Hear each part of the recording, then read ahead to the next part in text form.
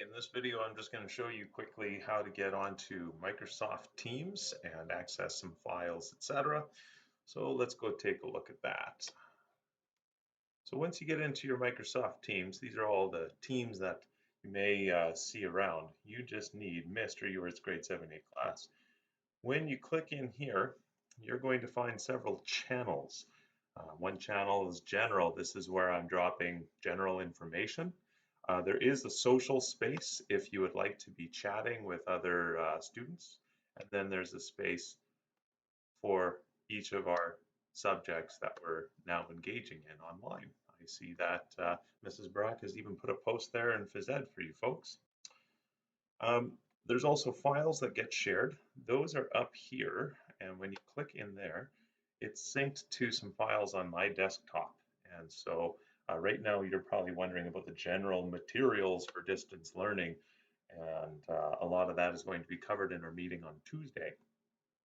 But this is how you can navigate and get in, and you can copy files that I've shared with you. Now, you may notice assignments is up there. I haven't gone into assignments on Microsoft Teams yet. What my plan is we're going to be sticking with EDSB like we usually do throughout the year. Seeing as you already know how to access files there, drop files there, we're going to keep that as our common space. So if I look on EDSB here, here's my main page, and I can go to my calendar. I can see on our calendar that there is an assignment. And just as usual, I can click on that assignment and I can take a look around and get to all the stuff. And as usual, I have put a link to the blog that has the assignment as well.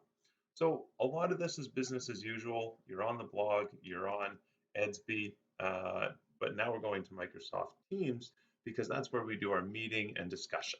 So let's head back to Microsoft Teams. So let's take a look. I've got several teams. I need to decide what team I want to be in first, and that's our classroom. There are those different channels, and you can use those at will. You can access your files that are shared. Now, the next question, well, Mr. Ewert, I've got a conference going on tomorrow at 10 a.m. How do I do that? There's several ways to do everything in this program, but what I'm generally using is I go to Calendar, and then I see the meeting there. I click on the meeting, and it has everything, all the information. I can see I've invited everyone here, and I can click join. As soon as I do join, I can decide if I want to fuzz out my background, if I want to be on camera, mic, and then I can put join now. Now, I can't do that right now because I'm already using my camera, but this would put me in the team meeting with everyone else. So let's just close that. So on your calendar, go to the class meeting tomorrow morning, and that's where you'll get in. Can I do video conferences with my other students in class? You know what? I'm not sure of some of these questions yet, but let me know what you find out. Otherwise, I'll see you guys tomorrow morning, and we'll go over some of this stuff together.